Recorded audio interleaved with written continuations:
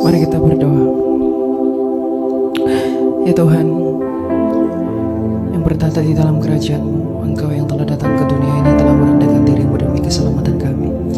Kami bersyukur berterima kasih kepada-Mu bahwa pada hari ini Engkau memberikan kami suatu kesempatan yang baru untuk dapat berkumpul dan bersekutu bersama. Tuhan, berikanlah kami kekuatan untuk dapat menanggung lelahnya peristiwa hari ini yang untuk memikul seluruh bagian kami dalam seluruh hari ini. Apabila segala sesuatu yang tidak kami harapkan terjadi pada hari ini, biarlah kami tidak lupa bahwa segala sesuatu berasal daripada Engkau. Biarlah Engkau yang menolong kami untuk dapat mengerti apa yang sedang Engkau bentuk dalam hidup kami, di dalam seluruh dan segala sesuatu yang Engkau izinkan terjadi dalam hidup kami. Tuhan, pada saat ini kami mau mendengarkan kebenaran dari firman-Mu. Sebelum kami mendengarkan kebenaran dari firman-Mu, kami bersyukur kepada-Mu di dalam segala sesuatu, untuk segala sesuatu dan mengenai segala sesuatu. Agar dengan rasa syukur itu kami dapat mengerti, kami dapat dibukakan apa maksud yang akan diberitakan oleh firman-Mu pada hari ini. Kami mohon kepada-Mu, ampuni kami atas dosa dan pelanggaran kami, agar pengampunan yang daripada-Mu itu memberikan kami kelegaan jiwa, dan pengampunan yang daripada-Mu itu memberikan kami sukacita yang baru, agar di dalam sukacita itu kami dapat menerima rahmat yang baru yang daripada-Mu. Tuhan, Engkau yang menolong hamba-Mu yang hina ini untuk dapat memberitakan firman-Mu yang kudus, untuk dapat memperkatakan hal-hal yang benar tentang Engkau, agar di dalam segala sesuatu maka terpujilah Engkau di dalam kekayaan kasih karunia-Mu yang memperkenankan diri-Mu kepada orang-orang berdosa dan membawa mereka kepada perkenanan-Mu. Dan untuk itulah Engkau dipuji dan dimuliakan ya Tuhan Yesus Kristus, dengan Bapa-Mu yang mulia yang mengutus Engkau dan Roh-Mu yang kudus yang membawa dan menuntun kami kepada seluruh kebenaran-Mu untuk sekarang dan selalu dan selama-lamanya. Amin. Ya, shalom. Ya, hari ini kita akan belajar dari Injil Yesus Kristus dari Matius pasal yang kelima ayat yang ketiga. Karena temanya ini adalah tentang bersyukur, maka kita perlu bersyukur dalam hal apa? Apa yang disebut dengan syukur, apa yang ditimbulkan dari rasa syukur, dan apa yang seharusnya membuat kita bersyukur dan bersukacita. Bersukacita dan bersyukur itu adalah hal yang serupa kalau itu dilihat pada hal yang serupa. Matius 5 ayat yang ketiga, Kristus dalam khotbahnya di Bukit mengatakan satu hal yang paling penting di dalam seluruh jajaran ucapan berbahagia. Dia membuka ucapan bahagianya pada hal yang paling sederhana, pada hal yang paling penting. Dia mengatakan apa? Berbahagialah orang yang miskin di hadapan Allah, karena merekalah yang punya kerajaan surga. Sekali lagi, Kristus membuka khotbahnya di bukit. Dia mengatakan apa? Berbahagialah orang yang miskin di hadapan Allah, karena merekalah yang punya kerajaan surga. Kristus mengatakan bahwa orang yang berbahagia adalah orang yang miskin di hadapan Allah. Yang dengan demikian orang yang miskin di hadapan Allah ini, mengapa mereka disebut berbahagia? Karena kepada mereka lah kerajaan Allah itu diperkenankan. Apa makna kerajaan Allah itu diperkenankan kepada mereka yang miskin di hadapan Allah, yang dengan demikian dan dengan jalan itu mereka berbahagia?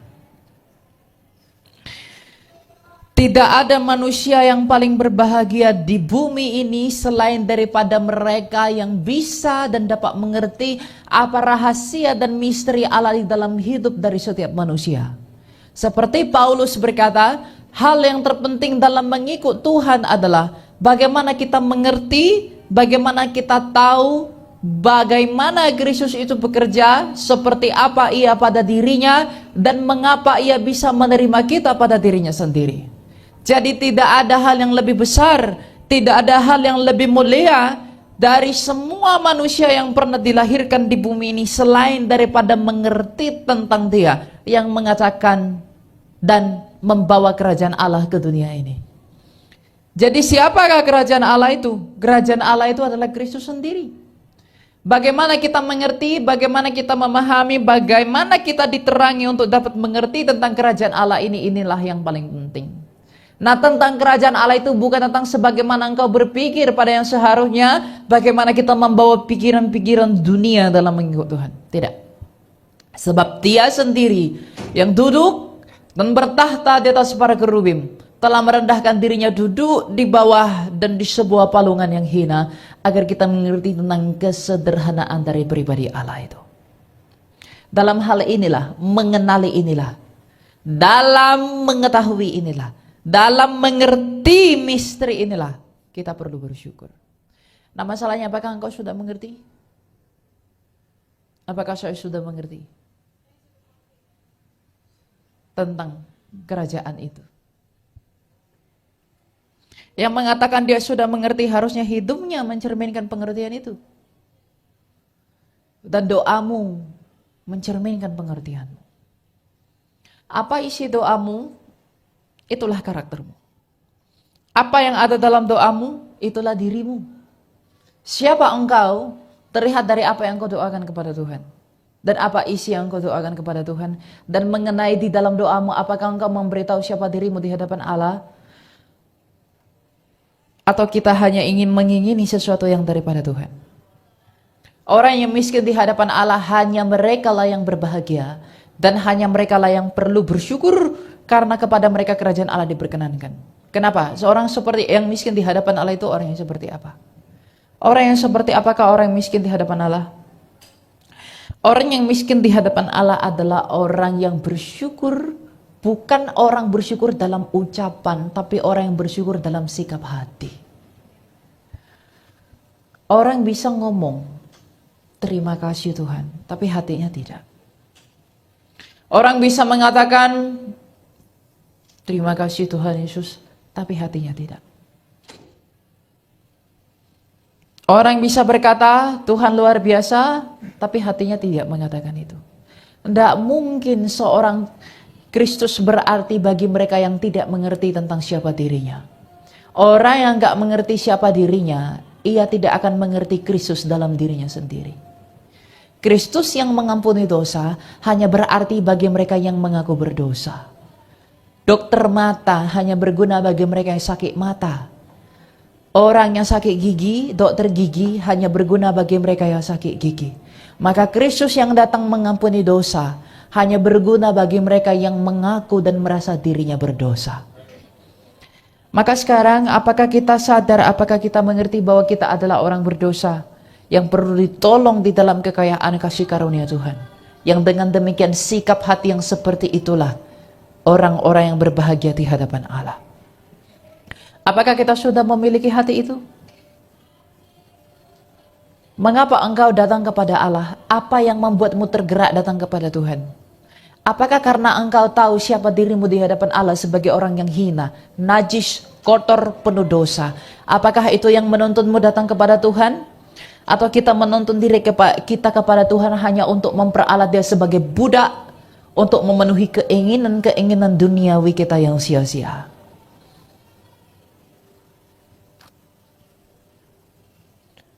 Orang bisa berkata terima kasih Tuhan tapi ada maunya.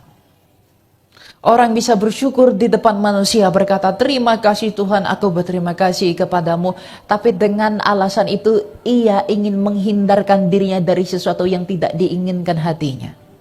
Padahal orang yang bersyukur secara prinsip, orang yang benar-benar bersyukur kepada Allah adalah orang-orang yang menyerahkan dirinya sepenuhnya kepada keputusan Allah. Makanya Kristus mengatakan, jikalau imanmu tidak menjadi seperti seorang anak kecil, engkau tidak mungkin masuk dalam kerajaan Allah. Dan dia mengatakan orang yang miskin di hadapan Allah adalah orang yang masuk dalam kerajaan Allah. Orang yang miskin di hadapan Allah adalah orang yang memiliki iman seperti anak kecil di hadapan Allah, yang dengan demikian kerajaan Allah itu diberikan kepada mereka. Orang yang miskin di hadapan Allah adalah orang yang menghancurkan hatinya, orang yang merasa dirinya tidak berarti, orang yang merasa dirinya tidak berguna, dan orang yang menangis terseduh-seduh oleh karena menyadari banyaknya dosa-dosanya. Itulah orang yang berbahagia di hadapan Allah, yang dengan demikian ia bersyukur kepada Allah. Itulah syukur yang terbesar. Itulah syukur yang terpenting menjadi pengikut Tuhan. Syukur yang terpenting bukan karena bertambah-tambahnya uangmu, bukan karena bertambah-tambahnya apa yang ada padamu. Jikalau rumahmu semakin besar, uangmu semakin banyak, dan itu membuatmu merasa dirimu berarti, apakah gunanya itu dibandingkan penderitaan yang membuatmu semakin dekat dengan Tuhan?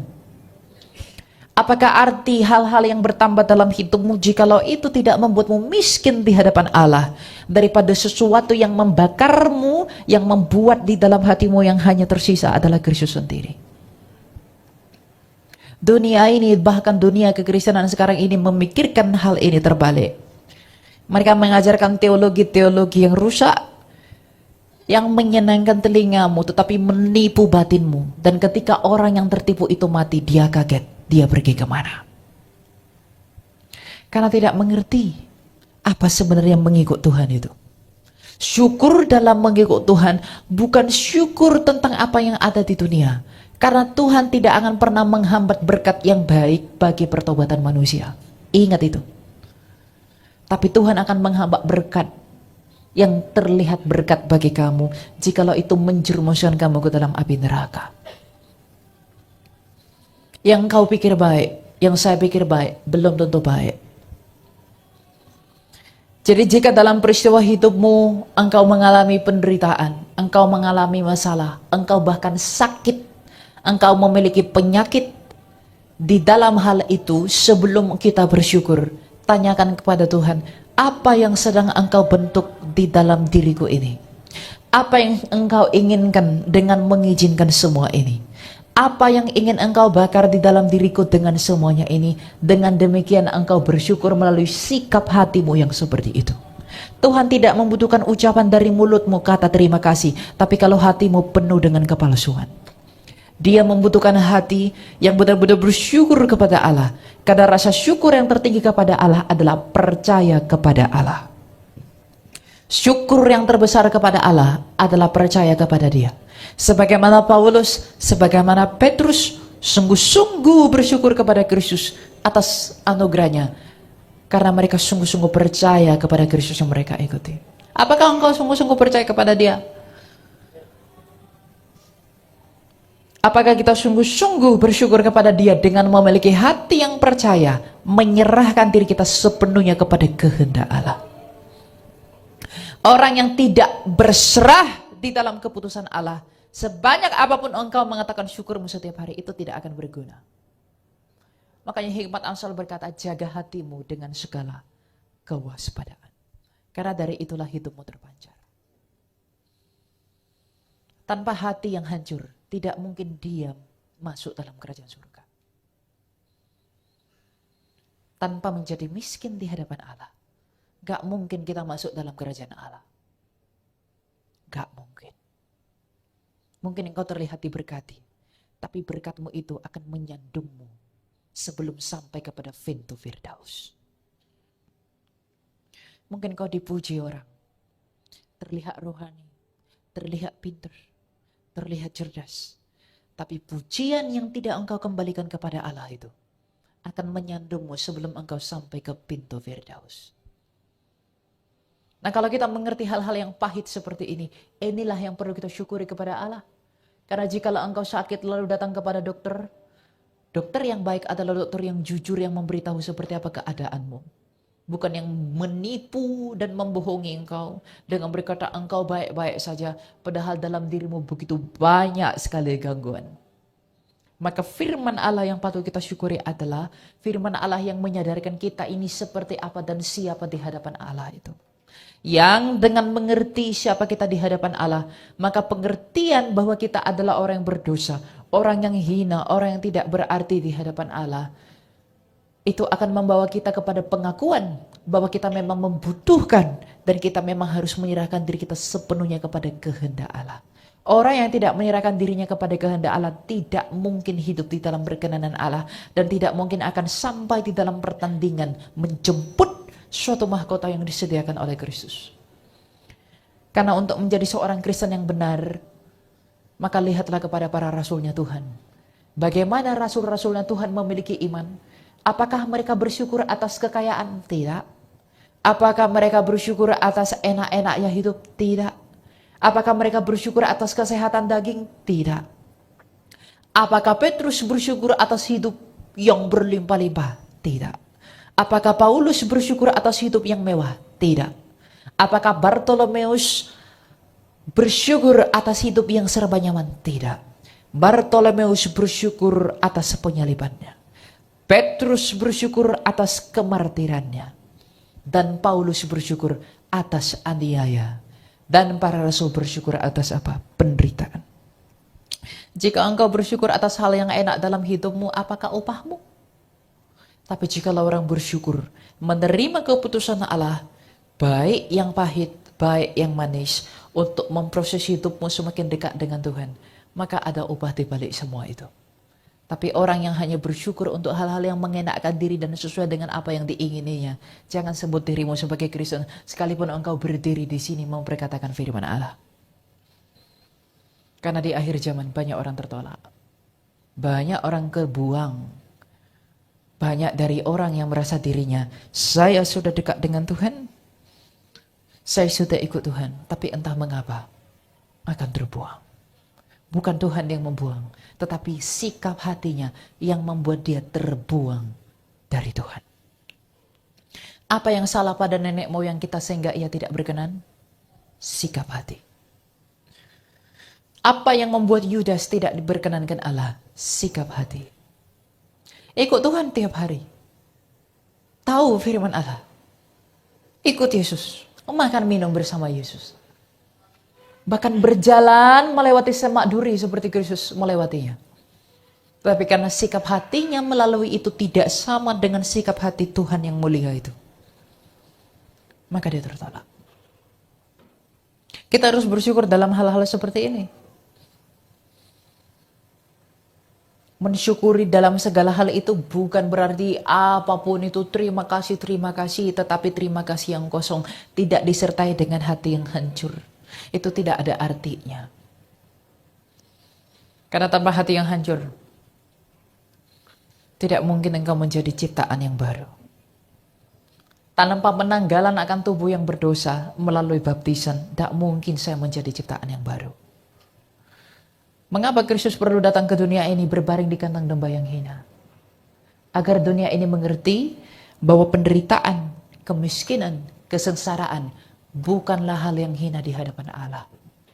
Itulah yang dikejar para rasul demi kedekatannya dengan Tuhan. Sekarang orang banyak menghindari kesakitan, banyak orang menghindari kesengsaraan, banyak orang menghindari aniaya. Bukan mencari aniaya, tidak. Bukan mencari sengsara, tidak. Tapi kalau itu datang menimpamu, jangan kamu nangis-nangis kepada Allah, Tuhan luputkan aku dari sini. Tapi kamu tidak tanya dulu kepada Tuhan, mengapa Tuhan mengizinkan itu dalam hidupmu. Ketika suatu petaka, ketika suatu musibah, ketika suatu penyakit mendatangi hidupmu, jangan buru-buru minta kesembuhan, pemulihan kepada Tuhan. Tanya dulu yang paling penting. Apa yang sedang engkau mau beritahu dari semua ini, dan apa yang sedang engkau bakar dalam diriku ini? Tanyakan itu dulu. Jangan sombong di hadapan Allah dengan Tuhan, sembuhkan aku. Kamu pikir kamu dengan berkata seperti itu kamu beriman? Tidak. Kamu sombong di hadapan Allah. Karena kita tidak mengkoreksi apa yang salah dalam diri kita, sehingga kita diizinkan Tuhan untuk mengalami pemurnian iman melalui penderitaan itu. Melalui hal-hal yang salah, melalui hal-hal yang tak benar, melalui hal-hal yang terlihat menyakitkan, melalui hal-hal yang membuat kita menangis dan datang kepada Tuhan. Tidak ada hal yang lebih indah selain daripada menangis oleh karena kita tahu siapa diri kita di hadapan Allah. Tidak ada. Dan kalau kamu menangis, air matamu keluar oleh karena engkau tahu siapa dirimu di hadapan Allah dan engkau merenungkan dirimu begitu berdosa di hadapan Tuhan, itulah yang menjadi syukur terbesarmu di hadapan Allah. Itulah yang membuatmu harus berterima kasih kepada Tuhan. Jikalau kita masih menangis, jikalau kita masih berair mata oleh karena kita tahu siapa diri kita ini di hadapan Tuhan, maka dengan demikian Kristus, dan untuk orang-orang yang seperti itu Tuhan berkata, berbahagialah engkau karena kepadamu kerajaan Allah itu diperkenankan. Lazarus menangis setiap hari karena ia tidak pernah punya makanan. Lazarus menangis setiap hari karena bahkan ia tidak pernah punya pakaian. Tapi ketika ia mati, malaikat Allah membawa dan menuntun jiwanya kepada pangkuan Abraham. Tetapi orang kaya itu yang selalu berkata, aku hidup nyaman, aku enak, aku berpakaian lenan halus berwarna ungu ini. Ketika dia mati, dia sengsara di dalam kegagalan. Kekayaan orang kaya itu menghantarkan dia kepada maut. Tetapi kemiskinan Lazarus menghantarkan dia kepada Allah. Mana yang kau pilih? Oh, aku mau pilih kekayaan tapi dekat dengan Tuhan. Tidak mungkin. Tidak mungkin. Gak mungkin orang kaya masuk dalam kerajaan Allah. Gak mungkin. Ingat itu. Orang kaya ini kamu pikir orang kaya tentang duit? Tidak. Tentang hati. Bukan berarti orang Kristen gak bisa punya uang, punya mobil, bukan ya. Orang kaya di hadapan Allah adalah orang yang merasa tidak butuh Allah. Dan orang yang tidak merasa diri berdosa. Orang miskin di hadapan Allah adalah orang yang selalu menangis setiap hari di hadapan Allah. Mengakui dosa, menghancurkan hatinya. Dan ketika dia berair mata, Kristus itu berarti bagi dia. Maka orang yang kaya di hadapan Allah gak mungkin masuk dalam kerajaan surga. Jadi kalau apa yang kamu pakai, apa yang ada dalam hidupmu, rumahmu sebesar apapun, kalau itu membuatmu merasa kaya di hadapan Tuhan, atau kalau itu membuatmu merasa dirimu berarti, pada saat yang sama engkau sedang membuat dirimu tidak berarti. Mengapa malaikat itu bisa jatuh padahal di surga tidak ada dosa? Ketika malaikat itu mulai memandang dirinya, benih kesombongan itu mulai lahir, akhirnya dia terbuang. Manusia yang mulai memandang kepada dirinya dan merasa dirinya berarti dan berguna. Tidak mungkin orang yang bersyukur di hadapan Allah. Tapi orang yang mengatakan, oh Yesus Kristus kasihanilah aku orang yang berdosa ini. Disertai dengan penyesalan sesal tobat. Disertai dengan air mata yang mendatangkan pertobatan. Penyesalan. Itu akan menghantarkan dia semakin dekat dengan Tuhan. Nah, apa yang kamu pilih dalam mengikut Tuhan? Kristus berkata, jikalau engkau tidak memikul salibmu, engkau tidak layak bagiku. Kamu mau enggak memilih untuk memikul salib itu? Jikalau Kristus berjalan sendirian melewati Via Dolorosa, sampai pada akhirnya dia terpaku di Bukit Golgota, demi keselamatan manusia. Bukankah kita seharusnya yang menurut kesaksian kita suci harus menjadi sama dengan dia, harus ikut memikul salib yang sama agar kita pun disalibkan di Golgota? Kalau tidak mau, jangan jadi Kristen. Keluar, tinggalkan Kristus. Daripada kamu menjadi Kristus, menjadi pengikut Tuhan, tapi hanya menjadi serigala yang berbulu domba. Orang yang mengerti firman Allah, orang yang mengerti dan mau ditegur dan mau dihajar oleh firman Allah, orang yang seperti itulah orang yang bersyukur. Karena syukur itu tentang sikap hati. Tuhan, terima kasih Engkau mengaruniakan kepadaku mata air daripada air mata. Terima kasih Engkau membakar aku di dalam api ini yang membuatku menyisakan Engkau saja. Terima kasih untuk segala sesuatu yang Engkau perkenankan untuk membuatku semakin dekat denganmu. Segala sesuatu dalam hidupmu yang membuatmu semakin jauh dari Allah, itu bukan dari Tuhan. Tapi segala sesuatu, bahkan penderitaan, aniaya dan kesakitan yang membuatmu semakin dekat dengan Tuhan, itulah yang harus kamu syukuri. Dunia ini bersyukur atas pesta poranya. Dunia ini bersyukur atas kemewahannya. Dunia ini bersyukur atas kebesarannya. Tapi para rasul bersyukur atas kemartiran mereka. Mereka bersyukur atas penderitaan mereka. Mereka bersyukur atas kesakitan mereka. Kenapa? Karena melalui kesakitan, melalui penderitaan, melalui masalah, melalui aniaya, melalui pergumulan, Tuhan sedang membentuk mereka untuk menjadi serupa dengan Kristus yang menderita itu. Makanya Alkitab mengatakan, kita harus menjadi serupa dengan Kristus.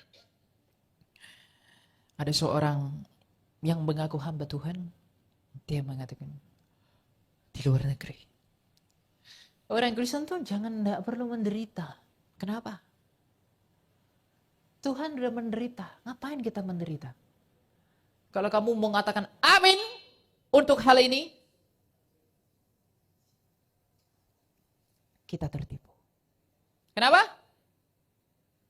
Alkitab memberi kesaksian tentang saya dan engkau untuk membawa dan memikul salib adalah untuk menjadi serupa dengan dia di dalam perjalanan itu. Bukan untuk meraup yang enak daripada Tuhan. Bukan untuk memikul, mengambil yang enak daripada Tuhan. Ketika iblis mencobai Kristus ketika dia pergi berpuasa di padang gurun. Apa yang iblis tawarkan kepada Kristus untuk mengikut dia? Semua yang enak, semua yang baik. Dan dalam hal itu Kristus tidak bersyukur. Dalam hal itu Kristus tidak berterima kasih. Kristus tidak mengatakan, terima kasih engkau menawarkan aku ini. Tidak. Kenapa? Karena ia tahu itu membuatnya celaka, karena dia tahu itu membuatnya tidak berkenan di hadapan Bapaknya. Tetapi ketika Kristus hendak memikul cawan anggur murka Bapaknya, yang harus dia bawa di Kalvari, dia berkata apa? Ya Bapa, aku bersyukur kepadamu Tuhan langit dan bumi. Sekiranya cawan ini berlalu daripadaku, bukan kehendakku tapi kehendakmu. Ketika Kristus hendak mau mengalami penderitaan, dia mengangkat cawan itu dan mengucap syukur. Artinya apa? Kristus bersyukur atas penderitaan yang ia tahu di dalam kasihnya. Penderitaan dia itu akan memberikan keselamatan bagi kamu dan saya. Inilah bedanya Tuhan dengan iblis. Jadi kalau kita hanya bersyukur untuk hal-hal yang baik, untuk hal-hal yang mengenakkan diri kita, kita pengikut iblis, bukan pengikut Allah. Tapi jikalau kita tidak bersyukur untuk hal yang memproses hidup, untuk hajaran, untuk teguran dari firman Allah yang hidup, tak mungkin kita pengikut Tuhan. Sebab Tuhan sendiri bersyukur dalam hal itu.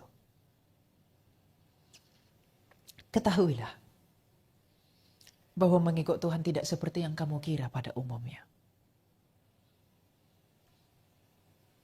Dunia ini mengatakan, dengan aku memiliki seluruh dunia ini aku bisa hidup. Yesus berkata apa? Apa gunanya engkau memiliki seluruh dunia ini jika engkau kehilangan hidupmu? Apa gunanya engkau memiliki seluruh dunia ini kalau kamu kehilangan nyawamu? Tetapi apa sih yang membuat kita harus mengikut Kristus? Apa sih yang membuat para rasul rela menderita demi Yesus? Apa sih yang membuat Paulus rela dipenggal di Roma demi ikut Yesus? Apa yang membuat Petrus rela disalib terbalik di Roma? Apa yang membuat Andreas, Bartolomeus, dan rasul yang lain rela martir demi Yesus? Apa yang membuat Yohanes rela digoreng di minyak panas? Apa yang membuat Athanasius? Apa yang membuat Polikarpus? Apa yang membuat Irenaeus rela mati demi Kristus? Apa yang mereka lihat di dalam Kristus yang tidak ada di dalam ilah-ilah lain? Apa yang mereka lihat di dalam pribadi Kristus yang tidak mungkin mereka temukan di dalam dewa-dewa orang Roma? Apa yang mereka temukan dalam Kristus yang mereka tidak temukan di dewa-dewa orang Mesir? Apa yang mereka temukan pada Kristus yang tidak mereka temukan di dalam dewa-dewa orang bangsa Gerika, orang-orang Yunani? Karena bagaimanapun semua yang dilahirkan dari keturunan dan dari darah Adam, orang di seluruh dunia ini, apapun agamamu, apapun kepercayaanmu, dari perempuan manapun engkau dilahirkan, orang Tionghoa, orang Batak, orang Amerika, orang Eropa, orang Afrika, orang di seluruh dunia dari zaman Adam sampai hari ini hingga Maranatha, yang dicari oleh seluruh dunia itu hanya satu hal. Mengapa anak muda sekolah pergi ke luar negeri? Mengapa mereka rela orang tua mati-matian sekolahkan anaknya ke luar negeri? Mengapa engkau berbisnis sampai hari ini? Mengapa ada orang berbisnis kotor demi uang? Mengapa ada orang begitu mati-matian membunuh orang lain demi bisnisnya sendiri? Mengapa orang cari uang banyak? Mengapa seluruh dunia mati-matian cari uang? Mengapa orang bekerja cari uang? Yang diinginkan manusia di dunia ini hanya satu, hidup. Orang bekerja cari uang demi perut, demi tetap hidup. Kamu sekolah tinggi dengan ijazah yang bagus, kamu masuk apply ke company yang besar, dengan demikian engkau menghasilkan banyak uang, dan dengan demikian kamu bisa hidup. Mengapa kamu membangun rumah besar? Agar kamu hidup dengan baik. Mengapa kamu punya uang banyak? Bisa beli makanan sehat agar kamu bisa panjang umur. Orang-orang kaya ketika sakit berobat ke Singapura, berobat ke London biar tidak cepat mati. Hiduplah yang dicari manusia. Sampai hari ini kamu hidup hanya untuk mempertahankan hidupmu. Semua orang di dunia ini, orang pinter, orang bodoh, hamba Tuhan, besar kecil, kaya, miskin, laki, perempuan. Semua orang itu berlomba-lomba mempertahankan hidupnya. Hiduplah yang diinginkan oleh seluruh manusia dari zaman Adam hingga Maranatha. Dan yang paling ditakuti manusia itu apa? Kematian, kehilangan hidup. Xi Jinping ketika bertemu dengan Vladimir Putin di Tiongkok, mereka berdiskusi bagaimana menemukan teknologi negara-negara komunis ini untuk mengubah rekayasa biologi manusia. Dengan demikian metabolisme sel-sel itu tidak cepat mati sehingga manusia itu tidak mati-mati. Orang-orang kaya di Amerika Serikat bakar duit, berinvestasi kepada perusahaan farmasi untuk menemukan obat-obatan agar manusia itu tidak menua-menua. Sekarang banyak obat diet lah, obat muda, suntik ini, suntik itu, biar umur 50 kelihatan umur 12. Anak muda, mari minum matcha, minum ini, biar tidak tua. Orang-orang kaya pergi ke dokter, tanya apa? Sedot lemak. Biar langsing. Biar ini, biar itu. Kenapa? Kalau saya banyak lemak, saya nanti diabetes. Saya mati. Takut mati kan? Semua manusia di bumi ini takut pada kematian. Apapun agamamu, apapun kepercayaan. Semua orang di dunia ini menginginkan satu hal, yaitu hidup. Dan semua orang di dunia ini menakutkan satu hal, yaitu kematian. Kalau hidup yang dicari manusia dan kematian yang paling ditakuti dari seluruh manusia, maka tidak ada alasan manusia itu untuk menolak Yesus Kristus yang telah mengalahkan kematian dan memberi hidup melalui kebangkitannya. Tidak ada. Maka karena para rasul melihat bahwa hidup yang kucari telah diberikan oleh Yesus Kristus, dan kematian yang kutakuti telah diinjak oleh Yesus Kristus melalui kebangkitannya, maka demi Dia yang telah hidup dari mati, dan demi Dia yang telah mengalahkan kematian itu, aku tidak takut mati. Kenapa? Karena Kristus berkata, akulah pokok anggur yang benar, di luar aku, engkau tak dapat berbuat apa-apa. Jadi kalau demi uang, anak muda, kalau demi harta, demi uang, demi perempuan kamu meninggalkan Tuhan, kamu meninggalkan Yesus, orang paling kaya di dunia ini bisa berbuat apa? Orang yang paling kuat di dunia ini bisa berbuat apa? 2000 tahun lalu ada suatu kerajaan yang besar, namanya kerajaan Yunani, dipimpin oleh seorang raja yang begitu besar, namanya Alexander the Great. Dia orang yang sangat kuat, orang yang begitu berkuasa. Dia memukul seluruh benua dengan kekuatan tangan Alexander the Great. Dia menumbangkan kerajaan Persia hanya dalam waktu yang sangat singkat. Kerajaannya besar sekali di Makedonia, daerah Mesopotamia. Besar sekali. Tapi ketika dia mau pergi ke Alexandria, sekarang itu Mesir, dia melewati Yerusalem, perbatasan Gaza, ke Alexandria. Di tengah jalan tiba-tiba dia demam tinggi dan mati. Bayangkan, Alexander the Great yang begitu kuat ini, yang begitu kaya, yang begitu besar, yang begitu ditakuti seluruh manusia pada masa itu, hanya kalah pada demam tinggi dan mati hari itu juga. Kekayaannya, uangnya, kekuatannya, semua yang dia miliki tak bisa menyelamatkan dia dari demam tinggi yang menghantarkannya pada kematian itu. Tapi Yesus Kristus telah menginjak dan mempermalukan kematian itu dan bangkit pada hari ketiga. Dan karena inilah yang dilihat para rasul, makanya mereka apa? Aku dianiaya pun, aku mati pun, aku menderita pun, aku miskin pun, demi ikut Tuhan, demi panggilan pelayananku kepada Allah, maka aku gak perlu takut. Kenapa? Karena Tuhanku telah mengalahkan kematian yang paling kutakuti, dan Tuhanku telah memberi hidup yang aku inginkan. Inilah yang menjadi alasan mengapa kamu harus mengikuti Dia. Sebab kemanapun kau pergi, kamu hanya menemukan kematian yang hanya akan membuatmu menderita di dalam kegagalan. Makanya anak-anak muda zaman sekarang, demi perempuan dia tinggalkan Yesus, nggak apa-apa, yang penting berbuat baik. Orang baik mana yang nggak pernah mati? Orang baik mana yang hari ini masih hidup? Saya bertemu anak muda, baru sekolah di Vancouver, di Kanada. Baru sekolah di Melbourne. Aku tidak perlu ikut Yesus. Kenapa? Aku ikut Stoik, filsafat Stoik. Aku ikut Aristoteles saja. Aku ikut Thales. Aku ikut kebijaksanaan dari Strabo. Orang filsafat Yunani ajarkan aku bagaimana hidup.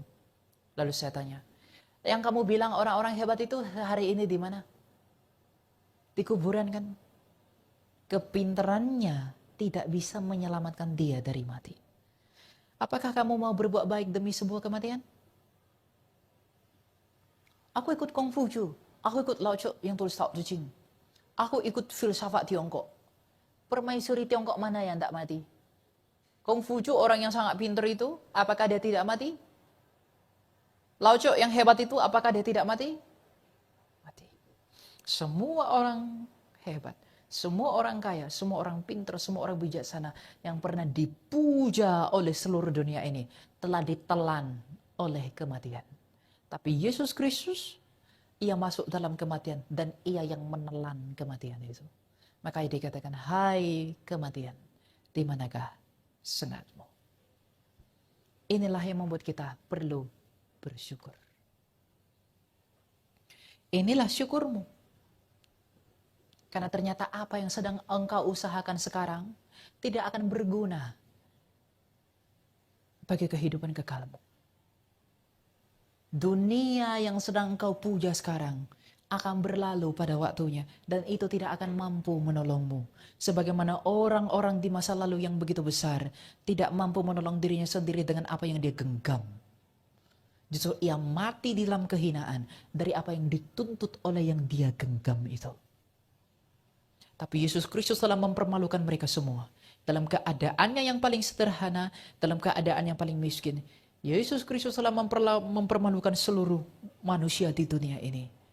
Maka karena kita memiliki, memikul, dan mempercayai dan mempertuhankan dia. Yang disebut Yesus Kristus dari Nazaret inilah. Atas dasar itulah kita harus bersyukur. Dan atas mengenal, atas mengingat, dan atas mengerti rahasia Tuhan inilah kita bersyukur. Tetapi jauh lebih tinggi daripada semua itu. Karena dia yang kita syukuri yaitu Kristus ini. Yang telah memperkenalkan kita kepada hidup yang hanya ada padanya. Karena ia sendiri telah memanggil kita untuk memikul salib kita masing-masing. Maka kita tidak hanya bersyukur menerima yang baik. Kita tidak hanya bersyukur untuk menerima kehidupan yang diberikan oleh dia yang hanya hidup. Tapi kita juga harus mampu bersyukur di dalam salib yang kita pikul. Kalau kita tidak bersyukur terhadap salib yang kita tidak pikul, maka kita tidak mungkin menerima anugerah keselamatan dari salib yang dia pikul. Ubah mindsetmu ikut Tuhan. Saya tiba di tempat ini, saya perlu menyampaikan ini. Agar kamu mengerti apa arti ikut Tuhan. Jangan kamu mau ditipu oleh apa yang dianggap baik, yang dianggap benar, oleh ucapan, oh haleluya puji Tuhan 20-30 kali lipat. Itu nggak perlu kamu dengar. Itu nggak perlu. Yang perlu kamu dengar adalah, kamu sakit, saya sakit. Kamu berdosa, saya berdosa. Dengan demikian hancurkan hatimu. Menuntun diri kepada pertobatan. Untuk apa kamu haleluya puji Tuhan? Kamu bilang haleluya itu karena apa? Karena mau sesuatu dari Tuhan kan? Ingin ini, ingin itu, dapat ini, dapat itu. Tidak baik. Maka orang yang bersyukur sebagai kesimpulan dari khotbah pada hari ini, karena temanya adalah syukur. Sebagaimana Kristus berkata, berbahagialah orang yang miskin di hadapan Allah. Maka orang yang miskin di hadapan Allah itulah yang patut bersyukur. Kenapa? Karena kepadanya kerajaan Allah yang adalah berkat terbesar. Dan akar dari segala berkat yaitu rasa takut akan Tuhan. Itu diberikan kepada mereka. Orang yang tidak takut akan Tuhan, yang dengan demikian tidak mungkin miskin di hadapan Tuhan, tidak mungkin berbahagia di hadapan Tuhan, dan tidak mungkin dia bersyukur. Orang yang tidak gentar dengan kemuliaan Allah, itu tidak mungkin mengenali dosa-dosanya sendiri. Tapi orang yang gentar akan kemuliaan Allah adalah orang yang takut dengan dosa-dosanya sendiri. Biarlah dosa ini menjadi kabar kepada kita untuk memberitahu siapa diri kita, yang dengan demikian kita menuntun kita kepada Tuhan. Sebab semua orang bisa datang kepada Tuhan, tapi hatinya, isi hatinya yang diminta itu berbeda-beda. Tuhan bukan tidak tahu apa yang kau butuhkan dalam hidupmu. Tuhan bukan tidak tahu apa yang perlu kau makan dalam hidupmu. Tuhan bukan tidak tahu anakmu butuh susu merek apa. Tuhan bukan tidak tahu kamu butuh sekolah di mana. Tuhan bukan tidak tahu kamu butuh pakaian warna apa. Tuhan tidak tahu kamu butuh rambut sebanyak apa. Tuhan tahu semua itu. Tidaklah sulit bagi Tuhan menyediakan itu, tapi adalah sulit bagi kita untuk dapat mau membentuk dasar yang benar, yaitu hati yang berserah penuh kepada Allah. Tuhan menginginkan kita memiliki hati kepada Dia, menyerahkan hidup kita sepenuhnya kepada Dia, bukan yang lain-lain. Sebab tidak semua orang sanggup dalam kemuliaan. Malaikat itu yang tinggi, dia diberi kemuliaan yang besar, tapi kemuliaan itu menghantarkan dia kepada maut. Dibanting, jatuh ke bumi. Tetapi Bunda Maria, di dalam rahimnya, Allah itu berdiam. Di dalam Alkitab, dia tidak pernah mengangkat dirinya. Tapi dia justru berkata, Allahku, juru selamatku, memperhatikan kerendahan hambanya. Kalau Maria saja yang mengandung Allah, kalau Maria saja yang di dalam dia Allah itu berdiam, dan dia mengatakan Allahku juru selamatku, memperhatikan kerendahan hambaku, lalu siapakah kita, terlebih-lebih lagi orang yang lebih hina daripada orang itu, tidak mengatakan seperti itu di hadapan Allah. Pernahkah kamu berdoa secara demikian? Kalau belum pernah, ngapain kamu jadi Kristen? Apa tujuanmu jadi Kristen? Kalau belum pernah, untuk apa kamu ikut Tuhan? Untuk apa kamu ngomongin tentang Tuhan? Sia-sia. Jadi saya harap dengan semuanya ini kita dapat mengerti. Dengan semuanya ini, saya harap nanti kalau di akhir zaman, Kristus tidak berkata, hai engkau yang buta. Saya harap Kristus tidak berkata kepada saya, hai Elia Myron yang buta. Dia tidak berkata kepada Anda, hai kamu yang buta. Sebagaimana dia mengatakan kepada Farisi, hai engkau yang buta. Tapi dia berkata kepada orang-orang yang merendahkan dirinya, berbahagialah engkau. Pulang dari tempat ini, masuklah ke dalam kamarmu, hancurkan hatimu. Menangislah. Keluarkan air matamu untuk mengatakan, inilah aku. Yang tidak bisa berbuat apa-apa. Yang tidak bisa berbuat yang benar. Yang tidak bisa berbuat yang baik. Ketika kamu mengaku begitu kepada Allah, engkau akan merasakan pengampunan daripada Allah. Dan di dalam pengampunan itulah syukurmu melebihi daripada apapun. Percaya. Kamu bersyukur untuk apa? Mobil barumu, banjir datang kebuang. Lalu kamu gak bersyukur lagi? Kamu bersyukur rumahmu yang besar, gempa bumi datang, rusak. Kamu gak bersyukur lagi? Tapi pengampunan Allah tidak pernah berhenti. Maka kita perlu bersyukur di dalam anugerah pengampunan itu. Ini yang harus kamu ingat. Tuhan memberkati Injilnya untuk sekarang dan selamanya, kemuliaan bagi Dia. Amin. Mari kita berdoa. Tuhan yang bertahta di dalam kerajaan surga, kami bersyukur berterima kasih kepada-Mu ya Allah untuk segala sesuatu yang Engkau perkenankan kepada kami, bahwa pada hari ini Engkau mengajar kami bahwa bagaimana seharusnya kami mengikut Engkau. Tuhan, bahwa Engkau tahu di dalam diri kami ini tidak ada yang baik, di dalam diri kami ini tidak ada yang benar-benar baik yang dapat kami persembahkan kepada Engkau. Oleh karena itu di dalam kemurahan hati-Mu, tolonglah kami untuk dapat memulai awal hidup kami yang baik.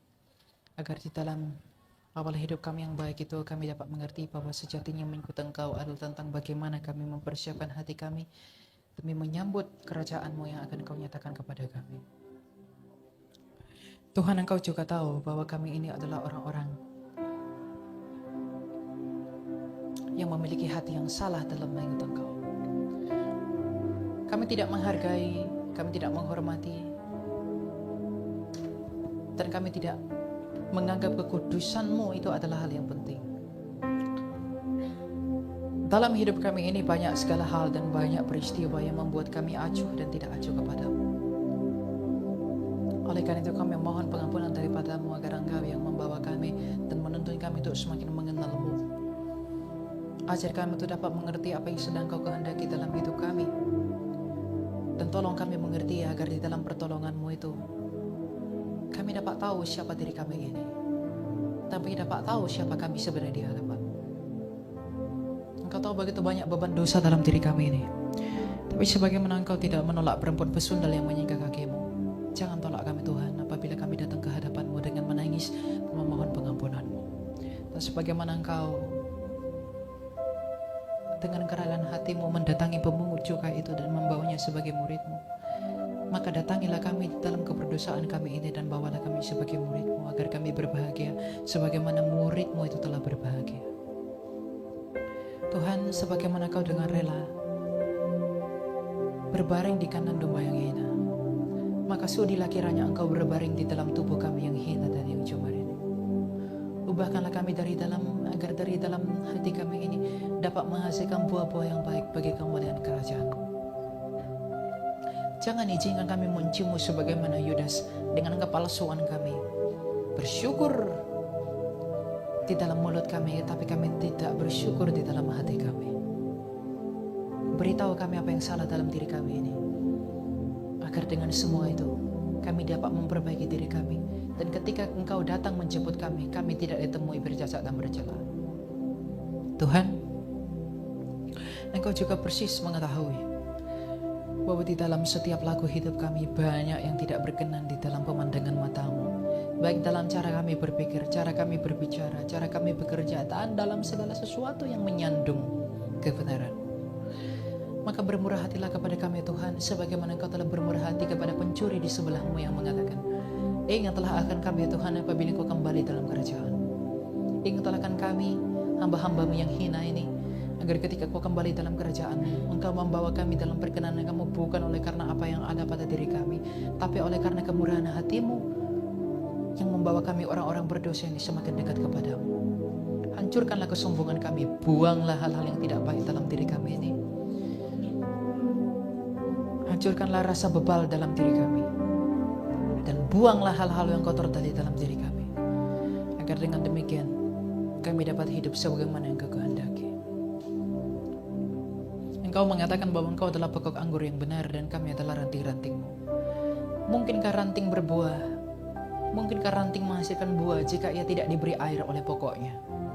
Maka Tuhan, kami tidak mungkin dapat menghasilkan buah yang baik dalam hidup kami jika Engkau tidak memampukan kami dengan karunia-Mu. Maka mampukanlah kami ya pokok anggur yang benar, agar kami dapat menghasilkan buah yang baik bagi kemuliaan-Mu, agar Engkau dipuji dalam segala sesuatu.